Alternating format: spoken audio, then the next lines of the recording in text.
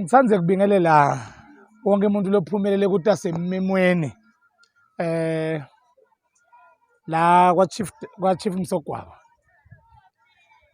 Injabulo yami ukuthi ummemo yinto ehlanganisa wonke umuntu ngemasiko ngetigodzi. Ngijabula kakhulu ngoba naba ngiyababona abeSuthu bakhona, ngiyababona abaseSwatini bakhona, ngiyababona abala ekhaya bakhona. Kusho ukuthi sibanyenti, asibambaneni, sakhaneni.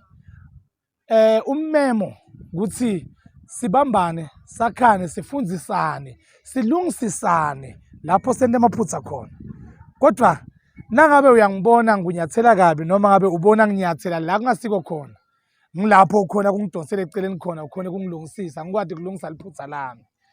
Umsebenzi wemmemo loyo. Sihlangane, sikhone kulungisisana ngetigodzi, sifundzisane ngemasiko ethu.